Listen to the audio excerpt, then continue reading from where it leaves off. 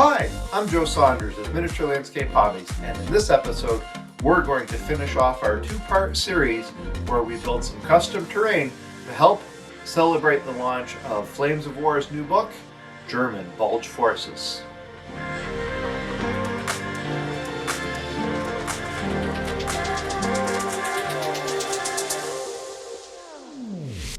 In my last episode, I described how Battlefront Miniatures was kind enough to send me the Gale Force 9 Battlefield in a Box products, small pine woods, sandbag dug-in markers, and log gun emplacements. I decided to take these and customize them to make 2 forest terrain pieces, so I'd have some awesome new scenery, which my new Battle of the Bulge Axis forces could fight over, when they finally arrive.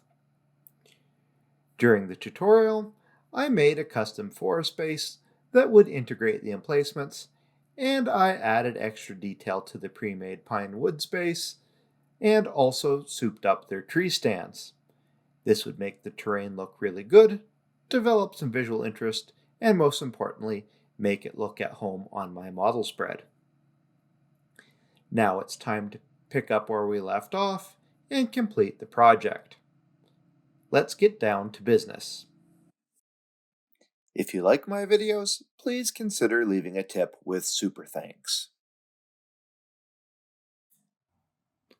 Now it's time to go after the little details. And here we have a bit of an advantage. Because Battlefield in the Box products are for the most part pre-painted, I decided that only a few minor touch-ups would be required. I started with the sandbags.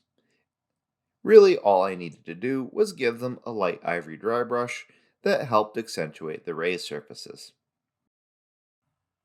Next came the log emplacement, and it got a similar treatment, with the wood areas getting a new wood dry brush, followed by increasingly lighter dry brushes, in the form of old wood, and then finally Iraqi sand.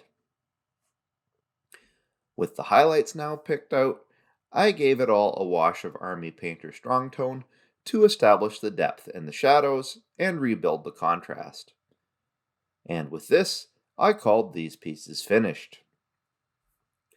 Next came the trees. One of the issues you encounter with pre-made trees is the uniformity of them. In nature, you get a huge variety of colors and shapes. Because of this, I mixed several different types and sizes from different sources with the existing GF9 trees in the set. To shake it up, I first sprayed any exposed tree trunks dark brown, which later got a deck tan dry brush. Then I got out a wide variety of different shades of green for my airbrush. I gave each tree several different quick passes of different colors of green, working darkest to lightest. When applying the lightest colors, I made sure to spray them in a top-down way. This would just help build the highlights. I switched out the colors and combinations often and did not follow any set pattern because I wanted to make a wide variety of appearances in the greenery.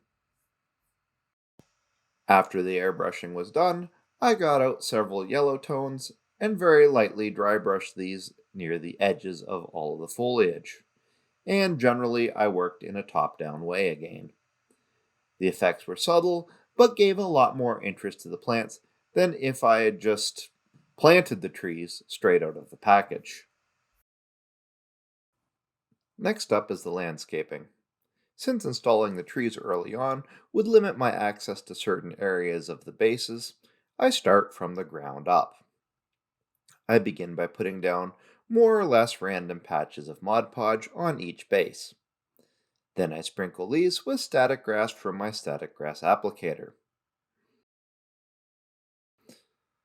I also make sure to do multiple passes, using several different colors of static grass to increase the variety.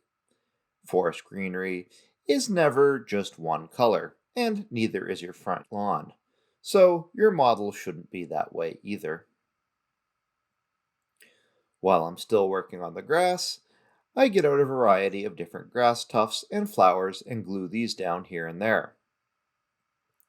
These effects add a lot of color, and Putting them on my work, I find, is usually just really fun to do. One thing to consider is that a lot of pre-made tufts come with adhesive backing. Don't trust this. Just go ahead and dip them in a little Mod Podge first, so you know that when you put your work in place, it stays there. Now I come to a landscaping effect that seems to be neglected by a lot of builders. Naturalized areas have more than just grass, trees, and bushes. They also have deadfall. Leaves, twigs, and sticks can be found everywhere, and doing something to indicate this on your build is tremendous for creating interest. Also, fortunately, this effect is ridiculously easy to do. First, I get a can of cheap hairspray and I coat the surface of the base. While the spray is tacky, I sprinkle it with a little dried oregano. Yes, oregano, the stuff that you can find in your pantry right now. When the hairspray has set, I hit it all again with another quick coat and I let it dry. The whole process of adding deadfall really only takes about 2 minutes, but it looks awesome. And for some reason, it's pretty rare to see in other builds. Although why this is the case, I honestly have no clue. Now it's time to install the trees. This is primarily done in 2 different ways. Where we've got the pre-made tree stands for the Gale Force 9 trees, it's just as simple as slotting the wire armatures into place. You don't even need glue.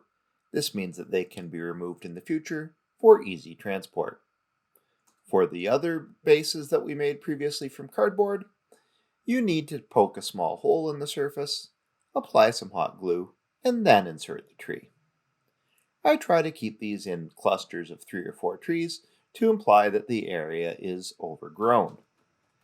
Also, by grouping them together, you can of course remove the individual tree bases to make room for your models on the surface.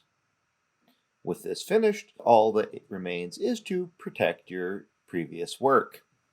I get out some matte varnish, and I go over all of the bases with 2 or 3 coats.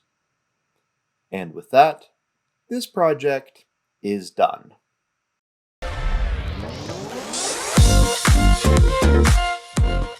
Now I have 2 new forest bases, one of which has added gun and sandbag emplacements that are removable. Both forest sections also have characterful details with greenery that is interchangeable. This will allow me to switch up the look of these bases from time to time, and more importantly, I can remove the trees to easily place my Flames of War models exactly where I want them. Now I also have a way to conceal the big cats like the Tiger 2 and the Yag Tiger from the enemy. So what remains now is to get all this on the table. And as always, please wish me luck with my terrain cross-checks, because I think I'll be taking quite a few.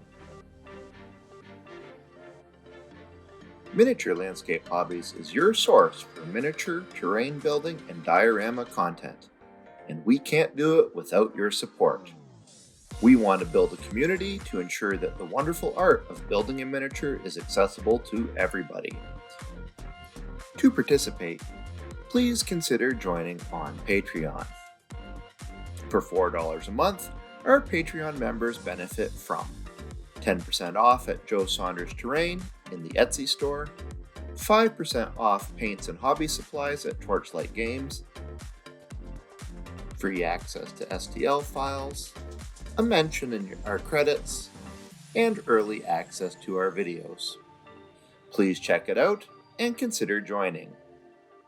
That's it for this episode. I hope you enjoyed watching it as much as I enjoyed making it.